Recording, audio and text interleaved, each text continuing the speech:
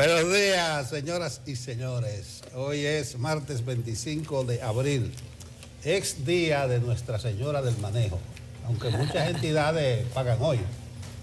No, pero ya comienza desde el... pero no es aquí, Medrano, es en el gobierno.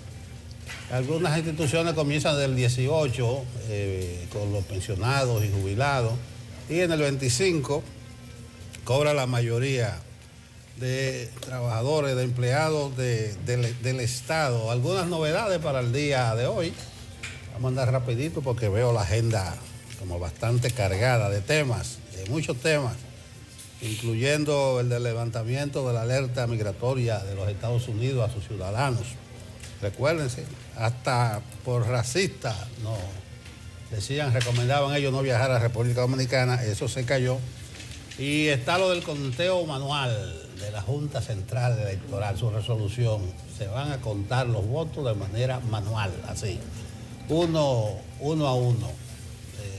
No sé, mucha gente dice que estos son tiempos muy modernos, pero me gustó algo de la Junta, porque la Junta dijo que el conteo iba a ser manual, pero convocó a los partidos, pidió opinión, consensuó, convocó y después hizo lo que tenía acordado desde el principio. Eso es. Como decía un legislador, a la oposición se le escucha y después usted hace lo que crea más conveniente. Buenos días, Catherine. Buenos días, Yulisa. Buenos días, Nelson. Buenos días, Julie. Qué gusto estar con ustedes en esta mañana. Hoy preocupada por la situación en la vecina nación. Hay gente que, cuando yo puse ayer algunas imágenes muy difíciles, muy duras, quizás también para esta hora de la mañana, y que pedimos a la audiencia que tenga discreción, sobre todo por los niños. Yo lo colocaba en redes sociales y había personas que decían, bueno, ¿para qué el ciudad está en huelga y tú lo que estás es pendiente de ti? Señores, vamos a darle dimensión a las cosas. Además, si hay un canal en este país que cubrió la huelga del Cibao, fue este. O sea, así que a mí no me vengan con cuentos. CDN Canal 37 estuvo en todas las provincias del Cibao, en las 14 provincias del Cibao, reportándoles a ustedes los detalles de lo que había ocurrido en esa zona del país. Ahora, usted no puede comparar una huelga en la que lamentablemente una persona resultó herida de bala en una pierna, uno de los manifestantes, a lo que está ocurriendo en la vecina nación, en donde, para que ustedes tengan una idea, yo estoy intentando totalizar la cantidad de víctimas, pero para que sepan, el más reciente informe de la ONU da cuenta de que en Haití las muertes en el primer trimestre sumaron 815. O sea, en Haití solamente entre enero y marzo aproximadamente 200 personas y bueno, un poco más, casi 300 personas murieron por la acción de las bandas criminales que tienen a zonas enteras en estado de sitio. ¿Y qué ha dicho Antonio Guterres, secretario general de Naciones Unidas? Lo siguiente, y cito porque se eleva el discurso sobre la vecina nación y aunque también parece elevarse la indiferencia. El pueblo haitiano es víctima de una de las peores crisis de los derechos humanos desde hace décadas y en situación de gran emergencia humanitaria. El elevado número de muertos y el creciente aumento de la superficie que controlan las bandas armadas hacen que la inseguridad en la capital, o sea en Puerto Príncipe, haya alcanzado niveles, oigan, comparables a los de países en situación de conflicto armado. O sea, están en situación de guerra en Puerto Príncipe. Eso no se puede comparar con lo que pasó ayer en Santiago. Por el amor de Cristo, a veces yo entiendo que la pasión partidaria y política nos lleva a decir cosas a veces fuera de contexto, pero vamos a darle 2 minutos antes de escribir, 2 minutos antes de comentar, porque no es necesariamente ni relativa ni remotamente comparable. Elisa, buen día. Bueno, buenos días, así es. Cuando hablamos del éxito de la huelga, uno tiene que ponerle 2 rayas y encomillar la palabra éxito. El éxito es individual para cada persona, sin duda que tener un día de pérdidas económicas de manera completa no puede ser un éxito. Una persona con un disparo no puede ser un éxito, pero para los convocantes siempre que el éxito implica que haya tiros, que se estar en todos los medios, y en eso nosotros los ayudamos, buscando que la sociedad tenga la información adecuada, en el lugar adecuado, en la fecha adecuada, para saber dónde puede y dónde no puede estar. Y esa es la finalidad de hacer coberturas a las huelgas que se dan en la República Dominicana. Decir que la huelga fue exitosa porque hubo mucha quema en la calle, porque había mucha basura, porque la gente no pudo operar sus negocios en algunas calles, porque en Santiago estuvo todo prácticamente normal, en Puerto Plata también, en La Vega también. Hubo algunos movimientos en San Francisco de Macorís que ustedes los vieron ayer a través de nuestros reporteros. Pero bueno, decir que el éxito es tener un día de pérdida, no sé qué tanto pueda significar eso, pero el éxito siempre es relativo. Anoche, bueno, no anoche, esta madrugada han anunciado ya su campaña presidencial a la reelección, la fórmula Biden-Harris. Se lanzan en búsqueda de la reelección el presidente y la vicepresidenta de Estados Unidos y lo han publicado esta madrugada. Oficial, vamos a ver, ya. sí, producción nos pone el video, ese se llama Freedom, Libertad, y ellos se hacen eco de su mensaje de campaña del 2020, de luchar por el alma de nuestra nación, dicen ellos, unir al país y apoyar a la clase media. Eso es lo que él dice, que aparenta será su eslogan de campaña. El video comienza con imágenes de la protesta del Capitolio de los Estados Unidos el 6 de enero y dice: libertad. La libertad personal es fundamental para quienes somos estadounidenses. No hay nada más importante, nada más sagrado, dice el candidato de 80 años en el video. Y dijo que además este ha sido el trabajo de su primer mandato, luchar por la democracia, y no debería ser un problema rojo o azul. Dice él que no es un momento para ser complaciente y que por eso él se postula para la reelección, porque conoce a Estados Unidos y sabe que son personas buenas y decentes y que todavía son un país que cree en la honestidad y el respeto, tratándose unos a los otros con dignidad, y que son una nación donde no le dan refugio al odio. Ya ustedes saben a quién él le está diciendo eso. Dice: creemos que todos somos iguales y que a todos se les debe dar una oportunidad justa para tener éxito en este país. Ya, eso es otra parte del éxito que también es relativo. Pues ahí está.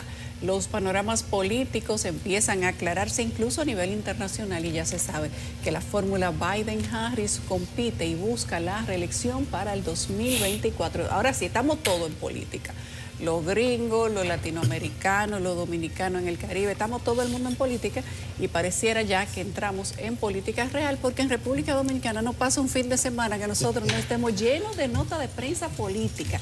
Hasta el que regala una gallina Los en fines de semana cualquier deberíamos municipio cerrar del las país salas de lo hace. redacción. Yo creo sugiero, que sí. deberíamos dar a los colegas periodistas asignaciones especiales, de nada que tenga que ver con política, porque como quiera lo de la política va a llegar. Ellos lo llegan, ellos lo mandan. Que lo envíen. Nosotros ponemos aquí unos periodistas que nada más revisen de arriba abajo qué es lo que es importante, porque ¿para qué más? Luisa dice que la campaña de Biden comienza con una imagen del asalto al Capitolio. Ajá. O sea, la campaña comenzó con Trump. No, y el La campaña mensaje comenzó entero con amenaza. también. Y el No con mensaje Trump, entero no con Trump. O sea, ya ellos que el contendor es Trump, pero ojo, Ya le eligió su público. Kamala Harris fue electa en un momento muy coyuntural, conveniente, para contrarrestar el discurso de Trump y cierto derrotero que No, y tomaba. el Black Lives pero Matter. no, exactamente, pero no necesariamente hoy funciona y sería tan potable para los demócratas. Pero, Sí. pero esperemos Tienen que a ver. explicar a los demócratas, por Oye. ejemplo, cómo han deportado más gente que nunca. Los demócratas que dicen que tienen un Ah, no, el discurso discurso, anti-inmigrante. no, ese Que dicen discurso. que los republicanos tienen un discurso anti-inmigrante, pero tienen que explicar los demócratas cómo en su administración se deporta más gente que nadie. Y le dan el premio de la paz. Le dan el premio de la paz, se lo dieron a Obama. Obama, ese tipo de cosas. Se lo han dado a otros presidentes anteriormente en momentos en el que las devoluciones, las repatriaciones estaban en su momento cumbre, cuando habían más denuncias de derechos humanos por supuestamente repatriar niños sin padres, niños no acompañados, mujeres embarazadas, cosas que si Estados Unidos se viera con Haití al lado, yo creo que no se acabaran eso de emitir los boletines para otros países, lo emitieran para ellos mismos. Pero, señores, la vida es así y continúa. No, pero Vamos con- atención, porque lo que pasa en Estados Unidos es muy importante para nosotros. Atención con esa campaña y ese anuncio. Veremos qué pasa por allá. Ya, pero ya se eligieron los contendores, ya eso sí está claro. Eso está Yo claro. creo que aquí también, el líder de la oposición lo anunció en los 75 aniversarios de CDN, del Caribe, y los 25 de CDN, y él dijo, el líder de la oposición recibe al presidente de la República. Ay, señores, hablando de líderes de oposición, yo sé que tenemos a Susan lista, pero yo les voy a pasar una imagen, porque de esto yo creo que no tenemos tiempo de abundar mucho. De la ridiculez. Bueno, por eso yo te puse esta mañana, que era un show. Yo te puse esto un show porque para mí esto ya estaba preacordado. Díselo a los televidentes. Yo creo que esto estaba preacordado. Está en la Florida, lo deportaron. Yo creo que ahí todo el mundo está haciendo un poco lo que tiene que hacer. Pero les voy a explicar. La fotografía que van a ver a continuación se corresponde. La envían colegas periodistas que están en la Florida, específicamente en Miami, con Juan Guaidó, expresidente interino. En algún momento de Venezuela. Y digo expresidente interino porque el periodo hasta para eso venció. Pero el periodo hasta para eso se tiene venció. que hacer la pregunta si sirvió interna y democráticile para algo la presidencia. Sí sirvió, eso fue una cosa. De eso se puede hacer, podemos hacer un programa. Pero aparte del tema de imagen. Sí. No, definitivamente la imagen de tanto de la oposición como de el régimen, hay que llamarlo como lo que es, porque eso no es un gobierno instalado democráticamente, eso es un régimen. ¿Pero qué fue lo que le pasó a Guaidó? Está deteriorada. Juan Guaidó, en las últimas horas, tomó la decisión de ir a Colombia. Lo avisó por Twitter cuando supuestamente ya estaba en Colombia. No, usted se fue por el Darién, Él dijo que entró a Colombia como entran millones de venezolanos. Y dijo, entró por un monte y bien por el gobierno colombiano, lo deportó de una vez. Tú me estás pidiendo que te cuente. No, que le cuente a ellos. Sí, por eso. Entonces, él llega a Colombia, escribe por Twitter lo que ha pasado. Dice, llegué para participar en una cumbre que organiza Petro en Bogotá para hablar sobre el futuro de Venezuela. ¿Y él va ilegal? No solamente que va ilegal, acuérdate que él tiene órdenes de captura, no sé qué, lo otro, sino que cómo tú concibes una cumbre para hablar del futuro de Venezuela y no convoca a Guaidó. Claro. O sea, también eso hay que decirlo. Entonces Guaidó haciendo, entiendo yo, jugando un poco a lo, bueno, si yo me siento parte de esto, pues yo tengo que estar allí. El canciller Álvaro Leiva de Colombia le dijo, a usted no lo invitamos. Usted entró irregular y lo mandó para el aeropuerto y lo sacaron del país. Y ha llegado en las últimas horas a Miami. Es que Guaidó no es tema. Acuérdate que los oposición No, pero hay una cumbre. Estaban discutiendo en México. No, en México está parada la negociación, perdón. La negociación está parada en México desde noviembre. Petro dice que él busca reactivar esa negociación. Pero desde ya el régimen de Maduro ha puesto condiciones como, o sea, yo les voy a poner más tarde las condiciones del régimen de Maduro y de Jorge Rodríguez. ¿Qué personaje? Pero el tema es que Petro está buscando ese encuentro de venezolanos, dice en Bogotá, invita a un sector de la oposición, no invita a otro, el gobierno de Maduro o el régimen va en pleno. Y este es, dice Idania Chirinos, buena amiga, directora, por cierto, de NTN 24, en su Twitter, ella fue la que compartió esa fotografía, la soledad del poder. Así titularía, dice Idania, la llegada de Juan Guaidó al aeropuerto internacional de la ciudad de Miami en Estados Unidos, proveniente de Bogotá, donde dice se sintió amenazado después de las declaraciones del canciller Álvaro Leiva. ¿No? Que no, si no te invitan a ese país.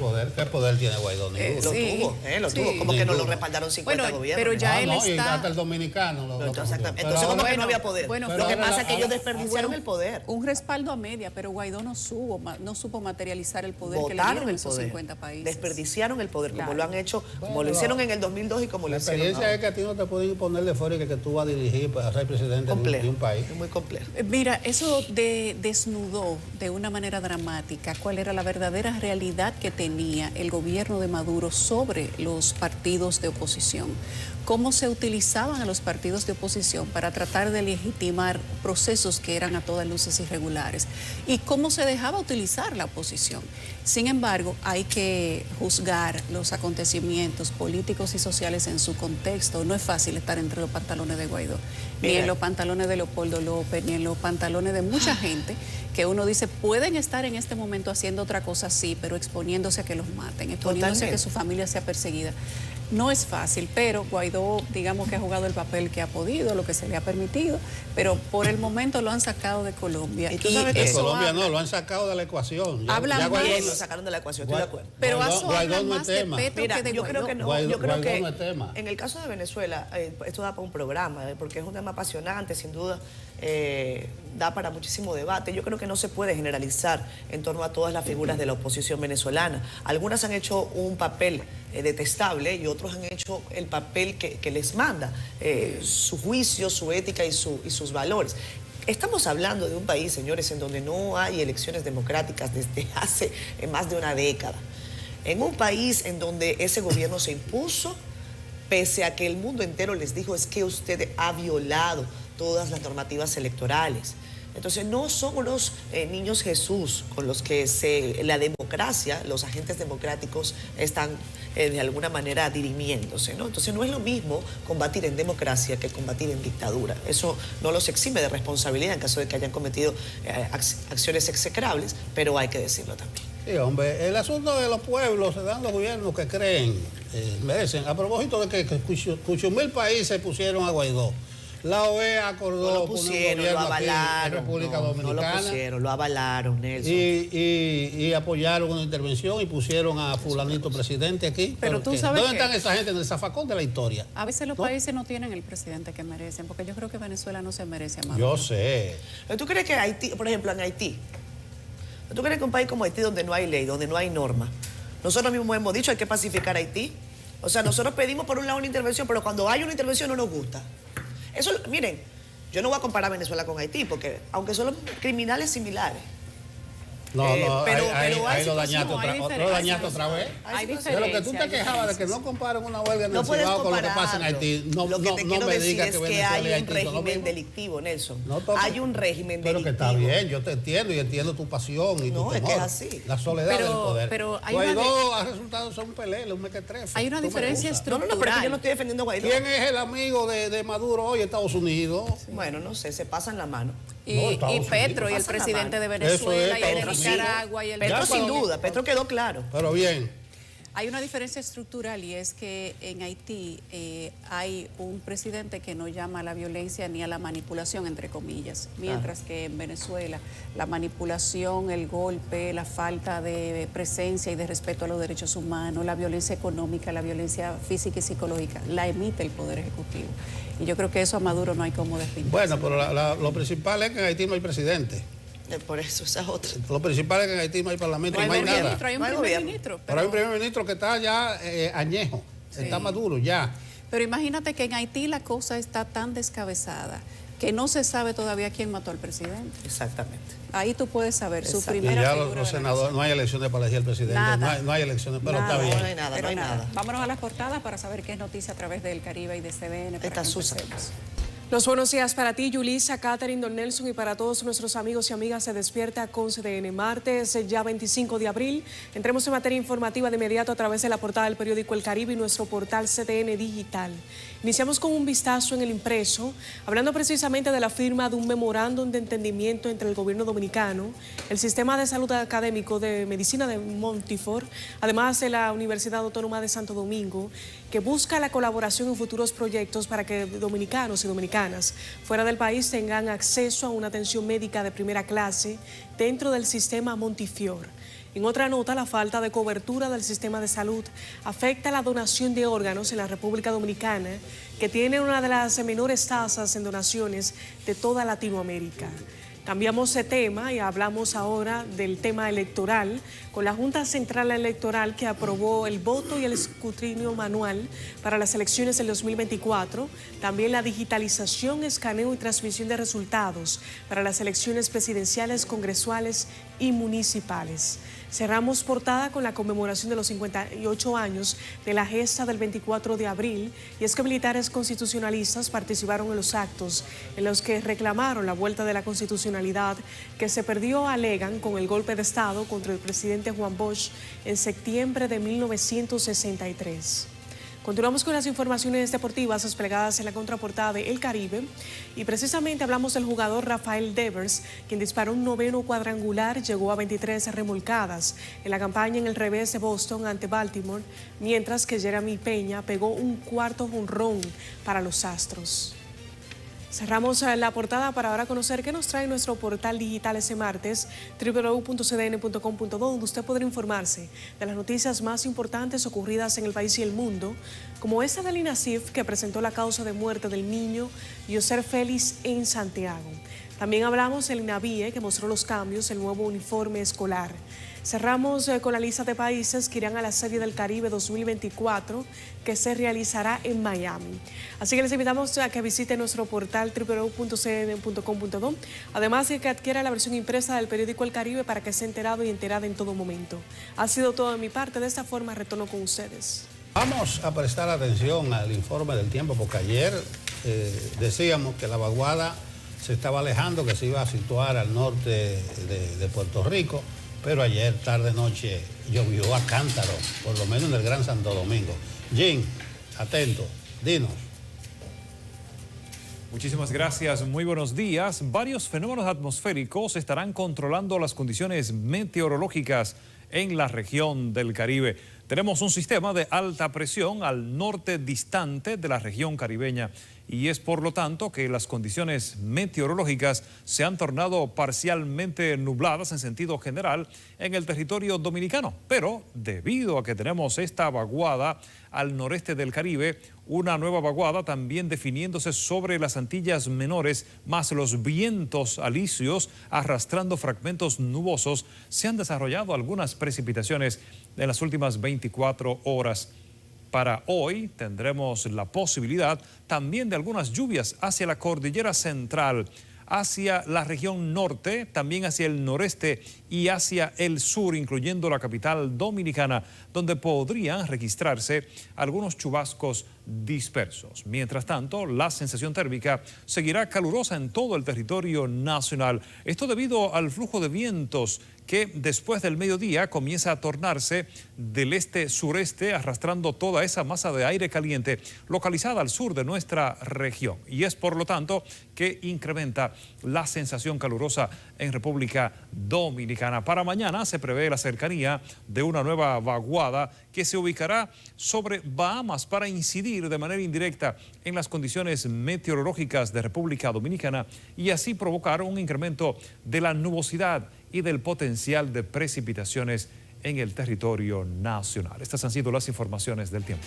Bueno, se entendió clarito. La conjunción de una serie de factores nos van a dar un día nublado, medio nublado, con algunas precipitaciones que incluye al Gran Santo Domingo.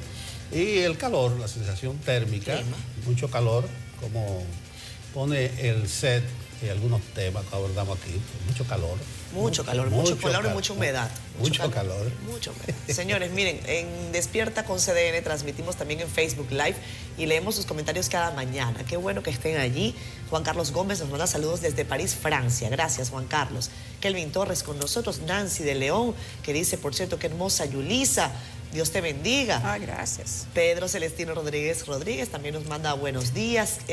Martín Sánchez, Dalvi Rodríguez, Josefina Taveras manda bendiciones. Mel Argüello dice que está con el equipo de Despierta. También, dice, ok. Guadalupe Graciano está desde Los Negros de Azua, bendiciones para todos. Dice Catherine, está bonita, gracias Guadalupe, un abrazo.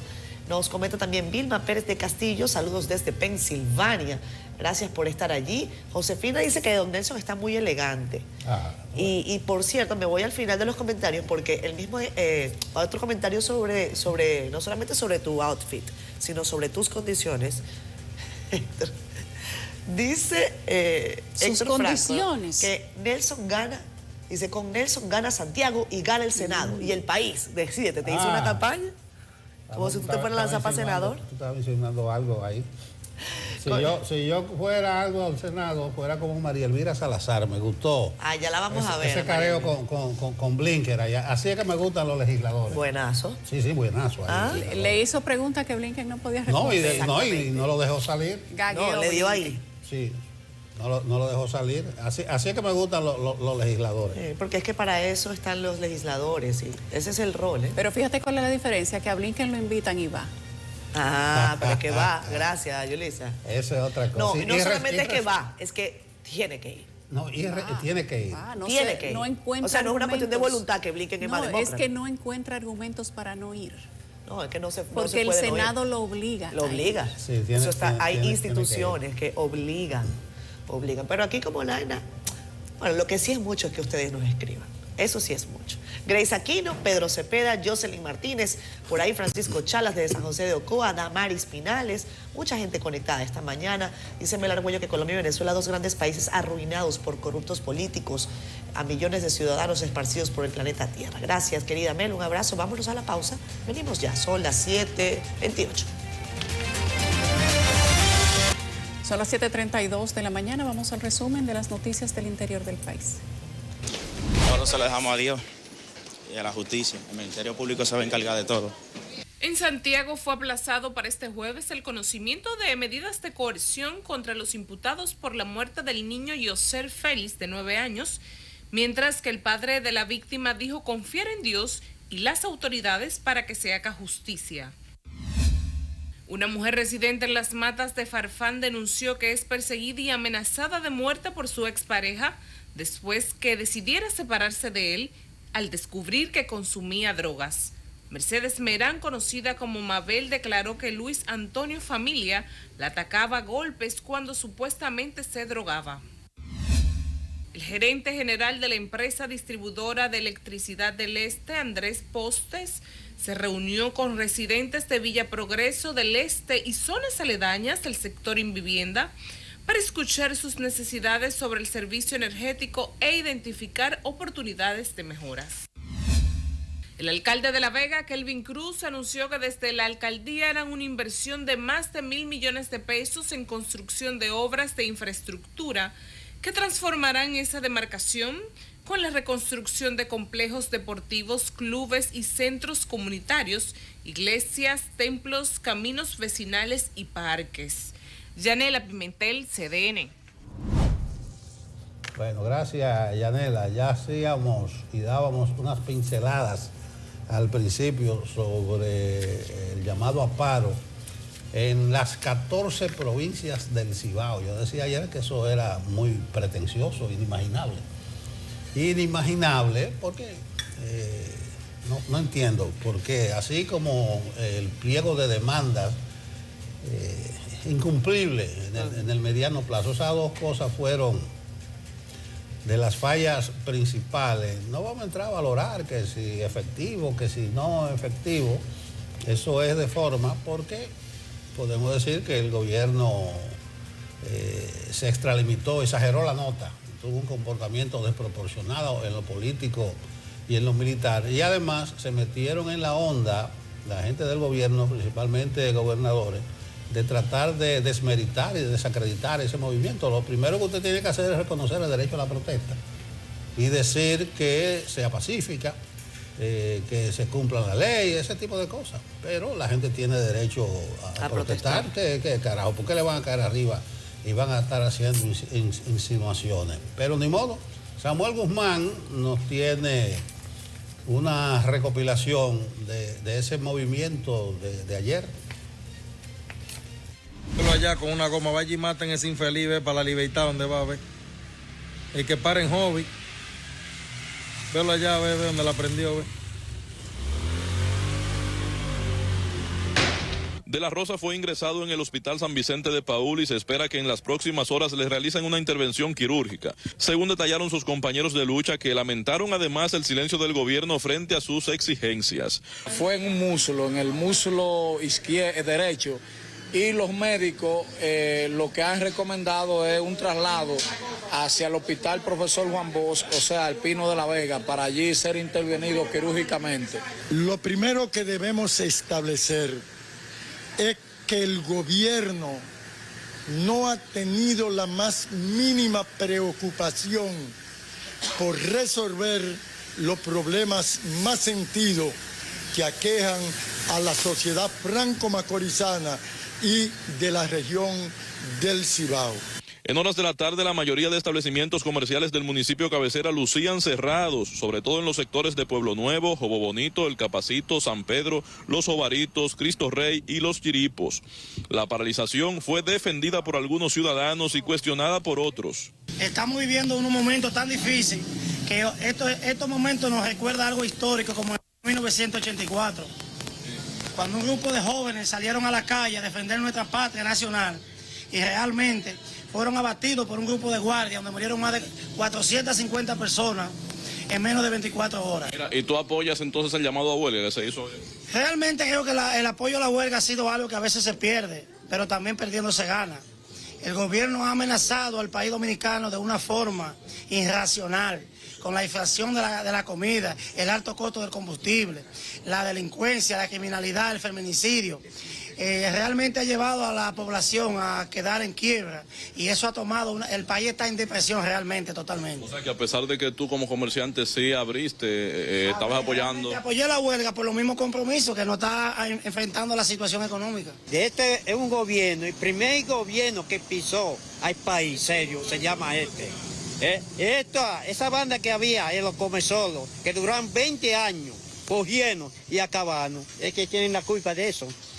Como este presidente no vuelve otro al país. Además de reclamar la rebaja del costo de la vida, los manifestantes también exigen la remodelación del Hospital San Vicente de Paúl y mayor acceso a servicios de salud y educación.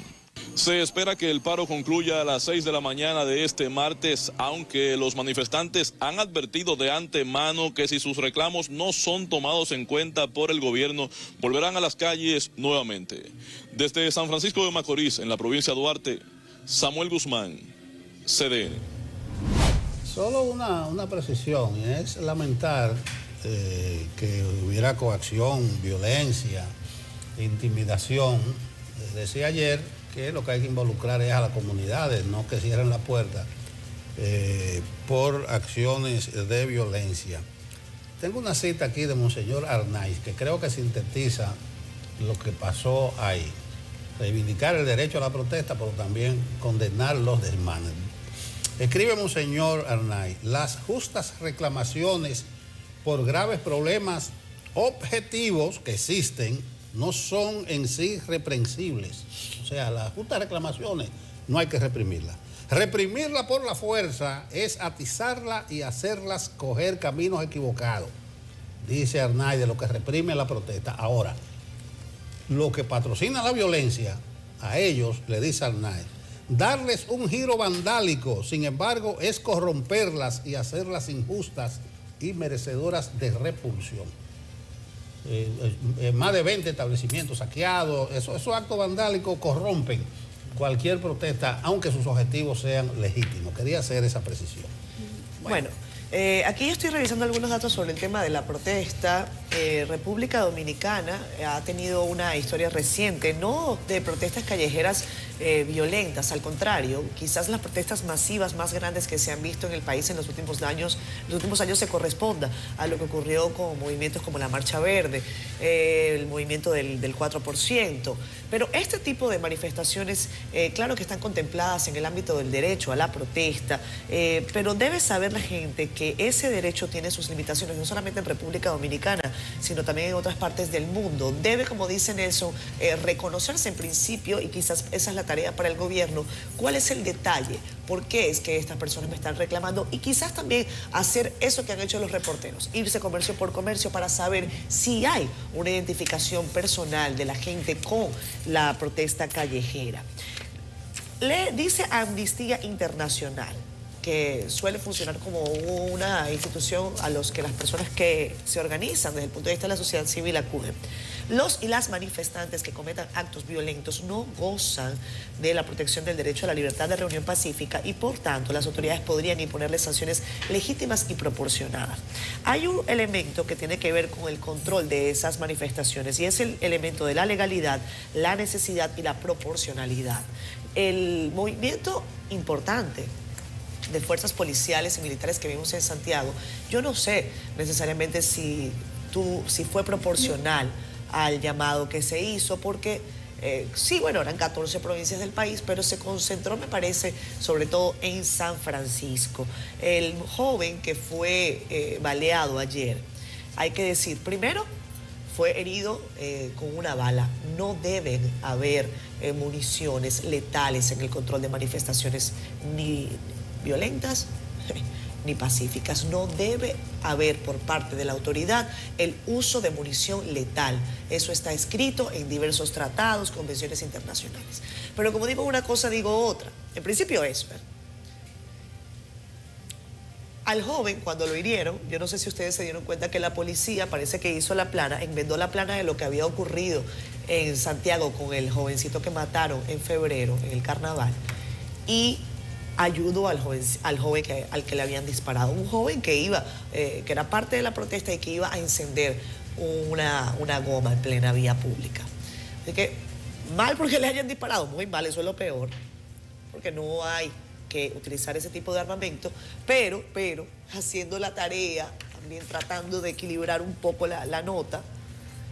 Hay que decir que también ayudaron al jovencito y lo llevaron al hospital, no lo dejaron tirado como un perro, como pasa en otros países del mundo, donde ahí sí no se respeta ni la vida, ni el derecho, ni nada, absolutamente nada.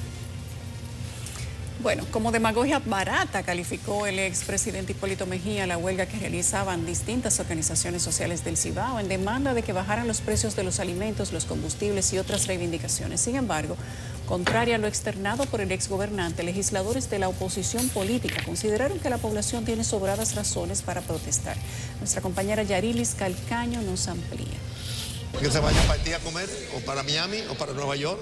Con esta exhortación, el expresidente Mejía se refirió a la huelga que se realiza en las 14 provincias del Cibao en protesta por los altos precios de los productos básicos y otras demandas. Eso es demagogia barata. Y es que, a decir del exmandatario, la República Dominicana es uno de los pocos países de América Latina con más baja inflación y menor costo de la vida. Aquí hay de todo. Hoy aquí tenemos 14 millones de quintales de arroz. ¿Qué tú quieres más? ¿Y huevo en cantidades? ¿Qué tú más? ¿A cómo? Ay, también. Más barato que todo.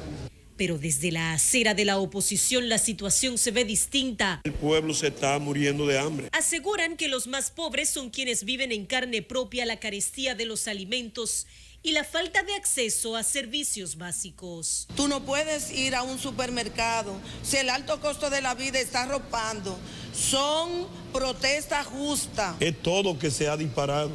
Y ahora más, ya el salami no es parte de la dieta de los niños y de las niñas del pueblo dominicano, pero mucho menos el huevo, pero tampoco la sardina. Según los reportes de la zona norte, el paro de 24 horas se cumple solo de manera parcial, pues algunos negocios abrieron sus puertas. Yarilis Calcaño, CDN. Ahí está. El derecho a la protesta, artículos 48, 49 de la Constitución, la libertad de expresión. En estos tiempos de redes sociales, ayer vi a alguien contrarrestando con Abinader diciendo que va para la calle a protestar por el aumento de la gasolina, cuando era candidato. Voy para la calle a protestar. Es un derecho. Claro. Que debe respetarse ahora que son gobiernos. Ayer sacaron un video, la oposición por supuesto, donde se veía al presidente caminando en la Marcha Verde y decía que apoyaba lo que hacía la Marcha Verde y que reivindicaba el derecho de la protesta que tienen todos los ciudadanos. Y entonces luego de eso ponían el video de cómo entraban la policía, los militares, los tanques, los camiones armados a la zona del Cibao de Moca. Y entonces decían, antes sí y ahora no, reprimiendo la protesta popular. Pero es comparable, compañero. Claro que es proporcionado totalmente. O sea, no es comparable la Marcha Verde con esto. No, hombre, no. No, pero que son movimientos distintos. No, pero tampoco es comparable lo que pasaba antes y lo que pasa ahora. Tampoco, claro. Yo no sé qué informaciones tenía el gobierno, por eso es desproporcionado. Por eso incluso la el memorándum de Amorfa, del ministro de Defensa, desplegando la operación Jurón 1. Jurón, sí. Y además cuartelando desde el sábado a todos los militares y el 50% administrativo. Tal vez el gobierno tenía informaciones que uno no maneja. Claro. Pero aparentemente el gobierno pensaba que era algo grande. Lo primero es aferrarse a los políticos que se mantuvieron al margen de la mayoría cuidándose. Tienen que entender, apoyar que sean pacíficas, abogar por ese tipo de cuestiones. Entonces, ahí está, se saquen las experiencias del lugar. A mí me llama la atención y estuve averiguando ayer, no estuvieron los grupos populares tradicionales en esta convocatoria. Pero estaban los peregrinos, ahí había uno de ellos, pero parece que no era estructural, pero no estaba ninguno de los dos palpos. No, bueno, hay uno que no podía estar, obviamente. Bueno, uno no podía estar, pero si usted ve lo que hablaban en San Francisco, yo dije, mándenme, y salvo Brito, apellido Brito, uno de Santiago es conocido. Yo no conocía a nadie de los que estaba ahí. Cuidado si se está gestando algún tipo de coalición, de movimiento. Pero ahora lo llaman colectivo. ¿Te acuerdas que ayer estábamos hablando del tema de las banderas? Sí. Pero sabes que hablamos del asunto de las banderas, que eran rojas con negro, azul. Hay unos colores medio finos. Te voy a mostrar. Bueno, había una negra roja con amarillo. Hay una negra con amarillo que dice colectivo. Yo le tengo miedo a esa palabrita colectivo. Sí. Yo, Catherine Hernández. Bueno, aquí los colectivos de organizaciones populares estuvieron en los primeros planos una vez. El asunto es que no estuvieron dirigentes tradicionales, aunque sí estuvieron sus métodos sí, pero de la coacción, de la violencia. Ojalá que pudiéramos ver la totalidad de esa bandera. Compañeros de producción, a yo ver, lo que sé un ojito a esa foto. Los principales nervios productivos y económicos de la mayoría de esas regiones estuvieron operando ayer. Sí. En esa fotografía que nos mandó el amigo Cristian Chávez se ve una bandera a la que a mí me gustaría ver en la parte de arriba, porque yo no quiero especular, pero en la franja roja hay algo cruzado. Yo no quiero pensar que sean ni fusiles ni nada por el estilo, pero es lo que me luce. No quiero especular. Pónganme la foto para que se vea lo que estoy hablando, muchachos, y la gente pueda entender, porque es que si no, no podemos. Rojo con amarillo, ahí es. Gracias, cariño. Ahí está. La parte roja yo no quiero especular, por eso digo, ojalá que alguien nos haga llegar de manera formal ese arte para ver de qué se trata la acción de esos colectivos, cuáles son sus líneas, si son un grupo pacífico, si contemplan el uso de las armas, porque no es por... señores, República Dominicana no ha tenido una historia de este tipo en los últimos años, pero en cualquier lugar se cuecen habas. Sí, así es. En cualquier lugar se cuecen habas. Y hay gente interesada, créanme, en instar, echarle candelita, prenderle fósforo y fuego a este tipo de situaciones, porque hay objetivos ulteriores. Yo no quiero pecar de conspiranoica, pero lo hay. Pero hay que tomar en cuenta también que cuando los grupos tradicionales dejan el espacio vacío, pues surgen nuevos grupos también, y ellos empiezan a llamarse como quieren. Hay que saber que también nuevas generaciones no tienen los mismos principios de fundamento que tienen las generaciones anteriores, de cuando se fundó el Falpo, de cuando se formaron otros grupos de lucha popular. Y hoy están naciendo nuevos grupos de lucha popular, no solo en la parte del Cibao, sino también en otros lugares. Eso también hay que darle cabida. Probablemente lo que tenía esa comunicación del Ministerio de Defensa, que decía que había que cuidar el país de intenciones ulteriores, se refería también a el crecimiento o surgimiento de grupos de los que tal vez no se tenían muchos datos en el pasado. Yo quiero recomendarle a los cabecillas de esos grupos, ellos hacen ruedas de prensa, yo lo veo, que hacen en Santiago, ustedes lo vieron en San Francisco, decía que no es ningún movimiento clandestino, que presenten credenciales porque tienen que legitimarse. Cuando tú estás llamando a la población a manifestarse, a luchar, lo primero que tiene que saber el país de qué se trata y de quién se trata. Entonces debieran aprovechar esta coyuntura que le ha dado tanta visibilidad, que se la dio en principio el gobierno. El gobierno fue que puso eso en los primeros planos. Incluso vi desde el gobierno la intención de hacer un recuento, que todo está normal, que aquella provincia, esa no es la función. Por esos grupos que traten de legitimarse. ¿Qué es legitimarse? Que la gente vea quiénes son, cuál es su línea, cuáles son sus objetivos, porque ese plan reivindicativo, señores, eso es demasiado amplio. 70% de salarial. Yo creo que no hay un solo de estos políticos que tenga un plan de gobierno tan amplio como el que se presentó ayer. ¿Qué eliminación de las AFP? No, ni hay un partido de oposición que pueda exponer necesidades tan amplias como las que tenían esa gente. Pero, bueno, ahí tal vez se multiplican y se mezclan muchas que cada cosas. quien coja la experiencia. Sí, ahí hay gente que coincide hasta con Botello, que tenía una es que hay gente que está pidiendo, no a los desalojos, por ejemplo. No, de todo. Hay gente que está pidiendo el tema de las AFP. Hay gente que está pidiendo aumento salarial. Hay gente que está pidiendo Valle Nuevo. Loma Miranda. Entonces yo siento que hay como un conglomerado de personas que, por supuesto, tienen todo el derecho del mundo a asociarse libremente en aras de un cambio de la política, lo que ustedes quieran. A mí me cuesta creer que tantas personas con objetivos tan distintos puedan ponerse de acuerdo en un proyecto político, partidario, porque vivimos en democracia. Sí, buen punto. Porque vivimos en democracia. Entonces, es como manso con cimarrones, ¿qué le decimos? Además, si tú atacas y condenas el desempleo, tienes que relativizar la consigna de aumento salarial que tiene. Tiene que ser por pleno empleo, pero ni modo. Lo que pasa muy abarcador, muy grande ese programa, me llama la atención, nunca lo había visto así. Y la pretensión de paralizar 14 provincias. Entonces, ahí está casi la cuarta parte del PIB nacional. Exactamente. Del PIB nacional, o sea, el nervio productivo del Cibao. Paralizarlo hay que pensarlo dos veces. Pero tú sabes que ahí funciona el corredor huelguístico. Ajá, Sí. exacto. Sí, ahí funciona realmente, le dicen así, el corredor huelguístico. Sí. En la zona norte, no en la Yo- zona sur, que es más deprimida todavía. Yo tuve informes, porque yo me ocupo. Primero, ¿Por qué será? ¿quiénes son los convocantes? Y en cada provincia uno tiene relaciones. En Salcedo hubo disparos de parte de los manifestantes y muchos establecimientos y empresas cerraron porque se estaba disparando. En Navarrete, perdón. En Navarrete. En Navarrete. Caliente Hubo Navarrete. disparos y mucha gente dijeron, yo cerré mi puerta porque estaban Claro. tirando tiros. Y no era la policía. Así es. Bueno, Bueno, hubo ahí, de todo, ahí- pero ahí está. Hoy a las 6 de la mañana se terminó esa convocatoria. Cambiando de tema, fue aplazado el conocimiento de medida de coerción contra los imputados por la muerte del niño Yoser Félix, de 9 años, en Santiago. Ese niño que se persiguió en el vehículo junto con sus padres, dispararon y le dieron muerte, mientras que su padre dijo que él confía en Dios y en las autoridades para que se haga justicia. Esto viene de acuerdo a las preguntas que ya se habían hecho sobre publicaciones que él tenía en sus redes sociales donde decía que iba a hacer justicia por sus propias manos. Deyanira López desde Santiago nos cuenta la siguiente historia.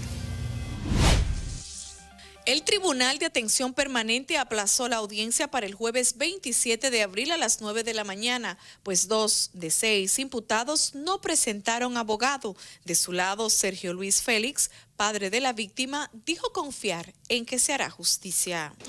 Todo se lo dejamos a Dios y a la justicia. El Ministerio Público se va a encargar de todo. El Ministerio Público solicita prisión preventiva al tiempo que calificaron el hecho de gravedad bajo los tipos penales de asociación de malhechores, homicidio y robo agravado. Entendemos que es un caso de extrema gravedad, es un caso de demasiado impacto y que ha lacerado la vida de un niño y pudo lacerar la vida de otras personas. Estamos pidiendo 18 meses de prisión preventiva y la complejidad del caso. Y por demás, entendemos que todos los imputados tuvieron una participación importante. Los implicados son Tomás Peña Morel, quien supuestamente era el mejor amigo del padre de la víctima. También Derlin Javier Mercado Martínez, Luis Ángel Vargas Brito, Elian Martínez Sánchez, César Junior Ulloa Cuevas y José Manuel Almonte Santana. Estos dos últimos sin representantes legales.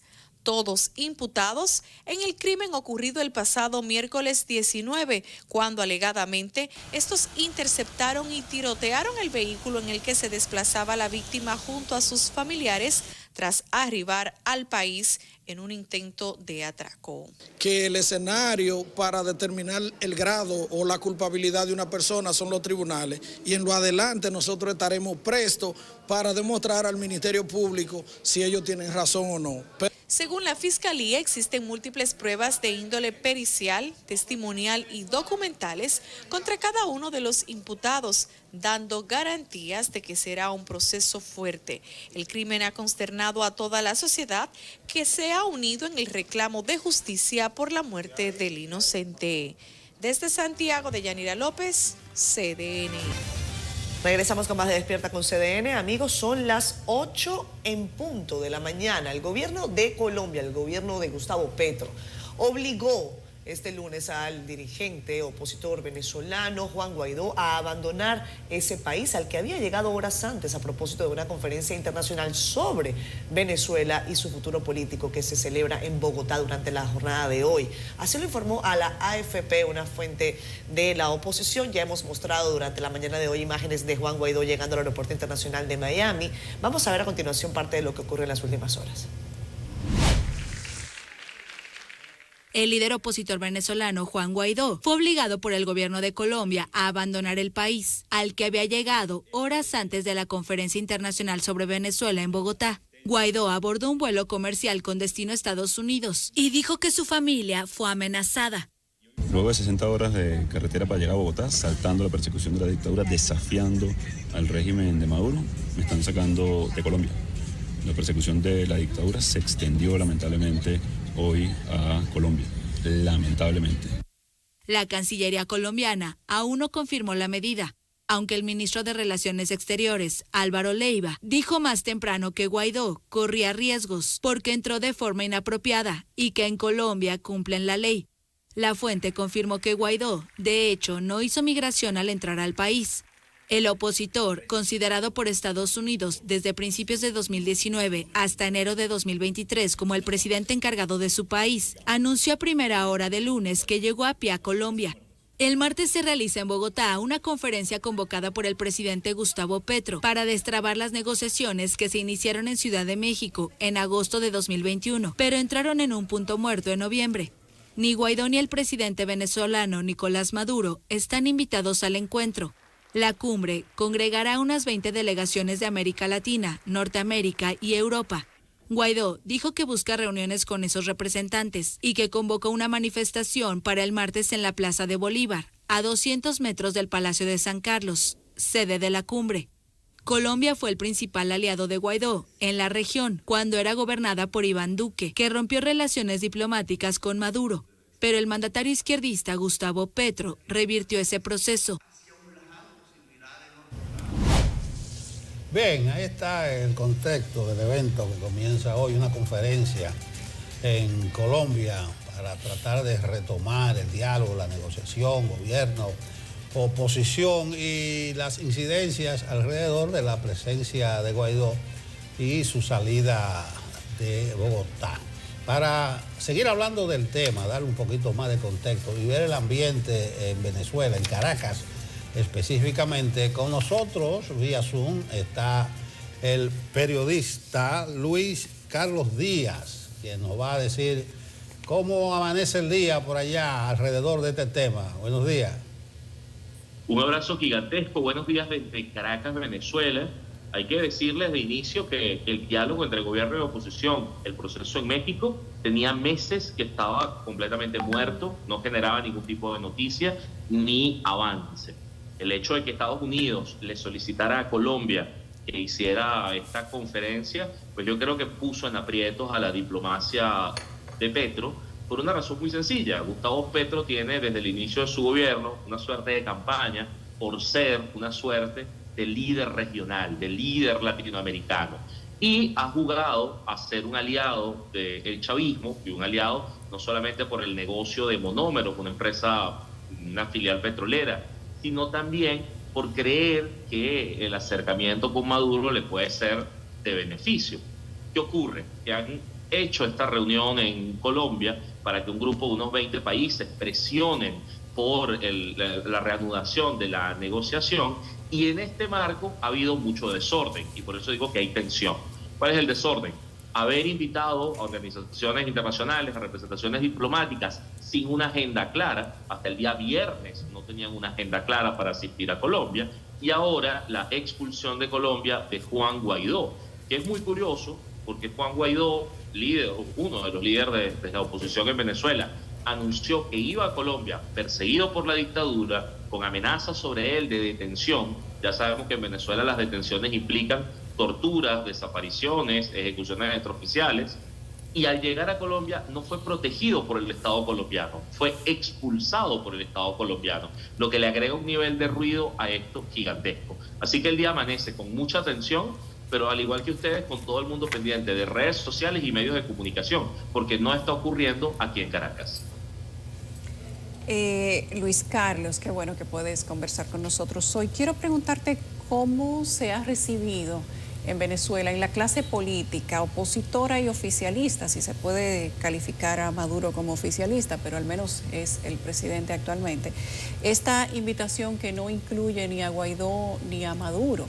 Y cómo se ha reiniciado la crítica, si es que la hay, en Venezuela después de este llamado nuevamente al diálogo.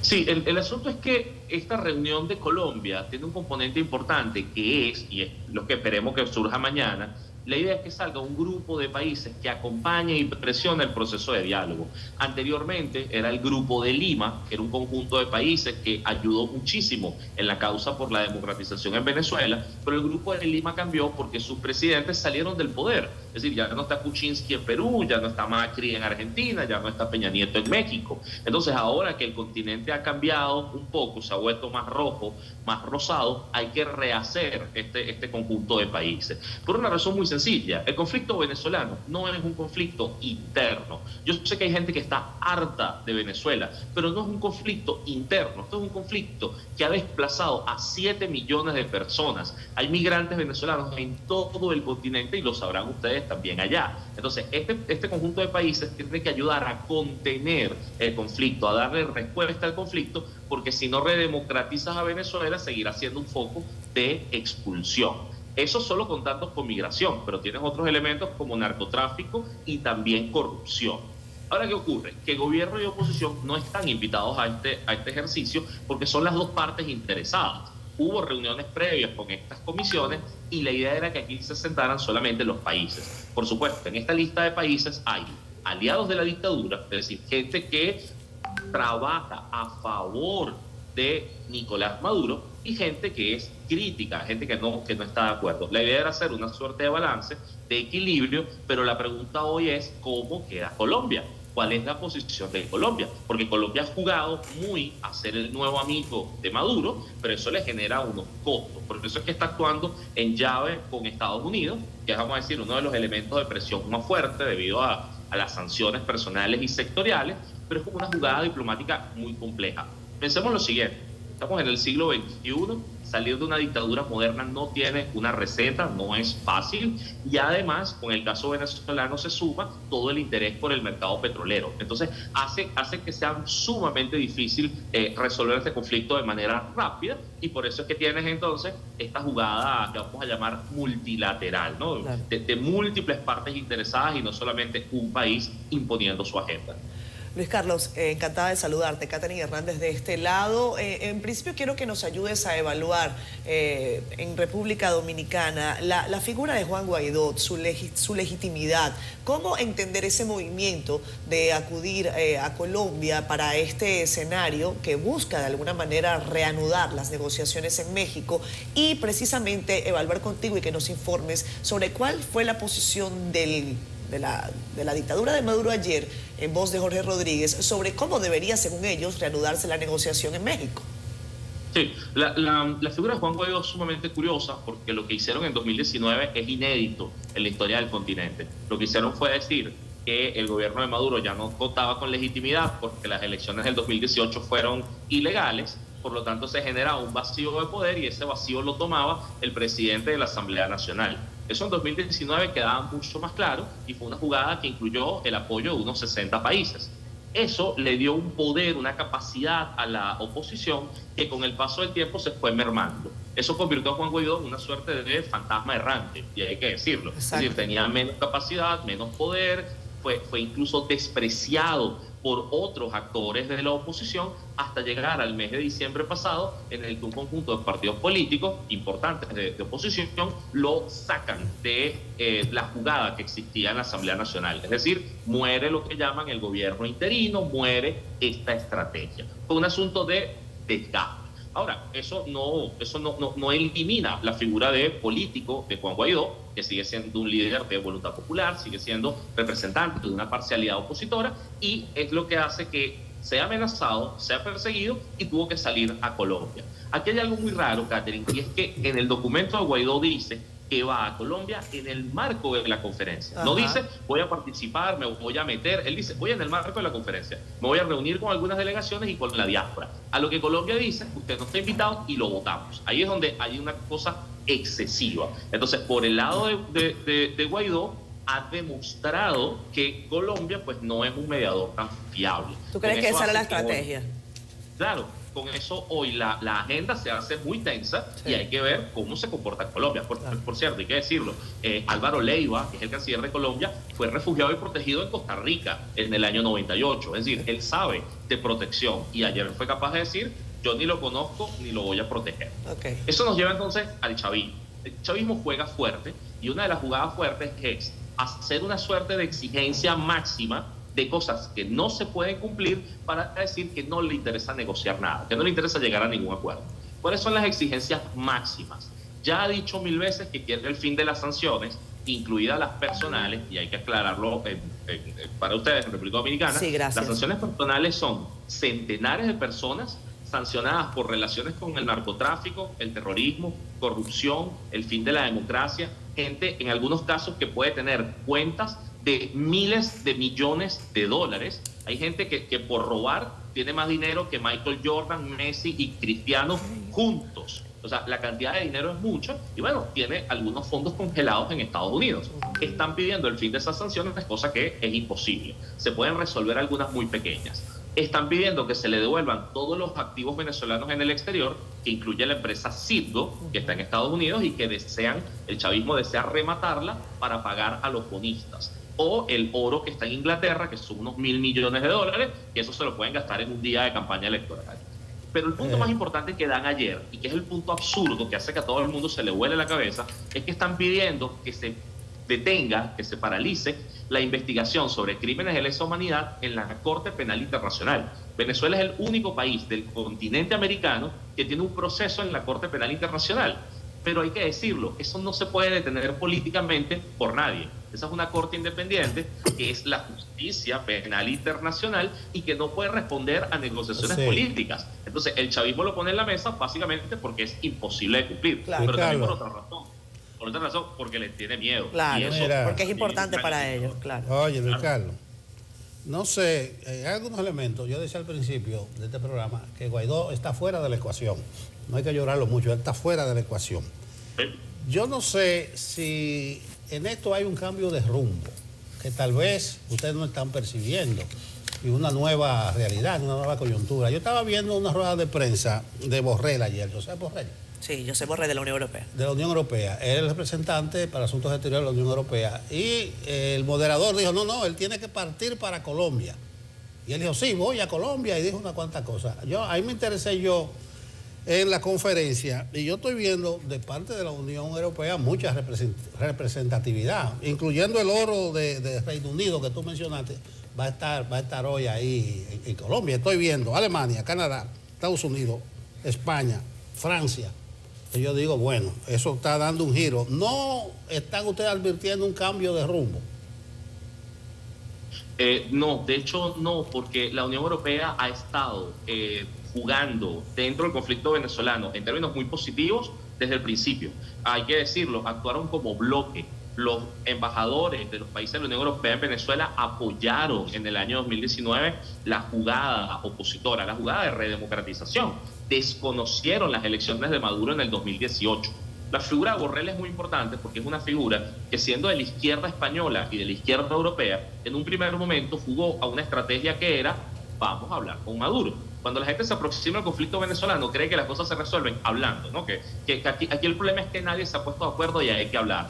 Entonces Borrell entró por las buenas y fue expulsado por las malas, porque el chavismo se comporta, bueno, como una organización criminal. Entonces, una cosa muy sencilla, Borrell nombró una comisión para ver las condiciones electorales en Venezuela y la observación electoral fue expulsada en el año 2021, acusados de espías, de saboteadores. O sea, el chavismo se comporta muy mal, incluso con sus aliados cuando le extienden la mano. Entonces Borrell es una figura que pasa a ser muy importante porque, vamos a decir, que a Maduro lo critica la derecha global, es normal, pero la izquierda europea es distinta. Estamos hablando de una izquierda que en paralelo está frenando a Putin en Ucrania. Y no es gratuito hablar de Rusia y Ucrania, porque es que Venezuela es el principal aliado de Rusia en América Latina. Entonces, la figura de Borrell en Colombia es importante por una razón.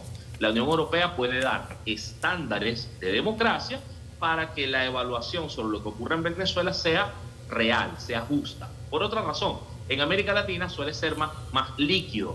O sea, qué es y qué no es democracia, qué se acepta y qué no se acepta como democracia, suele ser más líquido. Y aquí se negocian, hasta las mamás se negocian los políticos. Sí, por eso no te mencioné a nadie de Latinoamérica, por eso no te mencionó a ningún país latinoamericano. Claro, entonces la Unión Europea tiene estándares y los estándares se evalúan. Entonces, claro, son sanciones mucho más pesadas. Luis Carlos, quiero preguntarte qué ha mejorado en Venezuela luego de que se dijera que estaba empezando a aparecer dinero, que ya los restaurantes estaban resurgiendo, que los supermercados ya no estaban desabastecidos, que no se están violando los derechos humanos y que ya no existían esos videos que veíamos en el pasado. ¿Realmente esa es la situación de Venezuela en ese momento o estamos haciendo una especie de lavado de cara para que vuelvan los capitales a Venezuela y su imagen a nivel internacional cambie? ¿Cuál es la realidad? Sí, vamos a decir, todo pasa al mismo tiempo. En términos de derechos humanos, todavía hay torturas, desapariciones, muy malos tratos, negación de justicia y gente que está siendo perseguida por el Estado. Vamos a decirlo de una manera muy fácil. El aparato represivo sigue intacto. Lo que pasa es que no lo aplican porque no estamos en las calles protestando. Pero en lo que empiecen las campañas electorales o las protestas, se reactiva nuevamente. ¿Ok? Entonces, los torturadores siguen libres, te los consigues en la calle, lo digo por experiencia propia. La impunidad que el chavismo le ha dado a todos sus criminales se mantiene. Entonces, el país no cambió en ese sentido, no lo cambió. El terrorismo de Estado sigue siendo una práctica. Ahora, por otro lado, debido a las sanciones que hubo sobre Venezuela en el 2019, el chavismo tuvo que liberar tres cosas, tres controles que ellos tenían asfixiantes. El primero fue el control de cambios. Entonces ahora los dólares pueden correr en la calle y por eso la economía tiene este asunto como de dolarización. Antes era ilegal. Lo segundo fue el control de precios. El chavismo tenía controles socialistas sobre el precio del azúcar, del café, la harina, la leche, y sobre todos esos productos pues desaparecían del mercado porque las empresas los tenían que vender a pérdida. Entonces, al desaparecer el control de precios, al no aplicarlo, otra vez hay un abastecimiento pleno de productos. Yo puedo bajar y ahora consigo pollo, leche, café, cuando antes no había. ¿Ok? Ahora, eso significa que está a precios internacionales. Yo compro el pollo a casi $3 el kilo. Calcúlenlo ustedes allá. ¿Y qué pasa? Que en Venezuela un maestro gana $5 al mes. Por lo tanto, se mueren de hambre. Y lo tercero es que quitaron los controles sobre las aduanas. Las aduanas están militarizadas y el Estado controlaba todo lo que ingresaba al país. Ahora puede ingresar libremente cualquier cosa. Entonces la gente puede importar productos, puede traerlos de afuera. Y por eso es que de pronto se consiguen repuestos de vehículos, se consiguen computadoras, teléfonos, o sea, ese tipo de cosas volvieron a entrar al país. Entonces no es que mejoró la economía, porque seguimos siendo pobres, tan pobres como Haití, según la Universidad Católica de Andrés Bello, cosa que es muy ruda. Ser un país petrolero y ahora es más pobre per cápita que Haití, es muy duro. Pero por el otro lado, se resolvió el abastecimiento. Entonces, ¿qué ocurre? Que la gente que tiene salarios en dólares, que es una burbuja de 5-8% de la población, puede consumir lo que quiera. Y si tú eres un emprendedor que quiere montar un restaurante, pues lo puedes hacer y probar en el mercado. Pero luego hay otra cosa. A tantos chavistas les congelaron cuentas afuera o le bloquearon cuentas afuera que estuvieron obligados a meterla dentro del país, a comprar, a lavar ese dinero, a comprar reputación. Y por eso es que hay una burbuja inmobiliaria y una burbuja de restaurantes. Entonces se mezcla todo. Una persona que quiere hoy hacer su propio restaurante puede hacerlo con más libertad que hace 4 años, pero también te consigue a unos lavadores de dinero que están tratando de inyectar esa plata en la economía, bueno, para ver cómo la pasan mejor mientras están aquí encerrados. Entonces ese fenómeno se sigue dando y por eso es que se ve, por supuesto, una pequeña mejoría, pero una mejoría no sostenible, porque una maestra, un bombero, un cajero de banco sigue ganando $10 o $20 al mes como máximo. Con eso la gente no puede vivir. Claro. Luis Carlos, durante el inicio de Despierta con CDN, de este programa, hacíamos una serie de consideraciones sobre la realidad venezolana y qué bueno que hemos tenido tiempo para conversar contigo durante esta mañana, no solamente sobre el último episodio que involucra a Juan Guaidó. Yo decía, de alguna manera, que la conducta del régimen venezolano es una conducta criminal. Y podría parecer un tremendismo cuando yo digo, bueno, que lo que ocurre en Haití tiene algunas similitudes. Evidentemente no estamos hablando de violencia callejera a los niveles de lo que pasa en Haití. De eso está claro, eso está claro. Ahora, cuando hablamos de una conducta criminal del gobierno de Venezuela, yo quiero preguntarte por qué tú consideras, y sí consideras que eso es así. Y hay otra situación que se constituye en un desafío para la oposición venezolana y es el camino que van a tomar en un año donde deberían definirse quiénes van a ser los liderazgos legítimos realmente para participar en caso de que participen en una contienda electoral. La conducta criminal pasa primero porque en Venezuela se ha destrozado toda la institucionalidad democrática. O sea, la manera que tiene una sociedad de resolver un conflicto es, por ejemplo, acudir a la justicia, y resulta que la justicia está en manos completamente del chavismo. Claro. Y además de gente del chavismo que no tiene los méritos para ser magistrados del Tribunal Supremo de Justicia. No tienes un parlamento, porque el parlamento está controlado por el chavismo.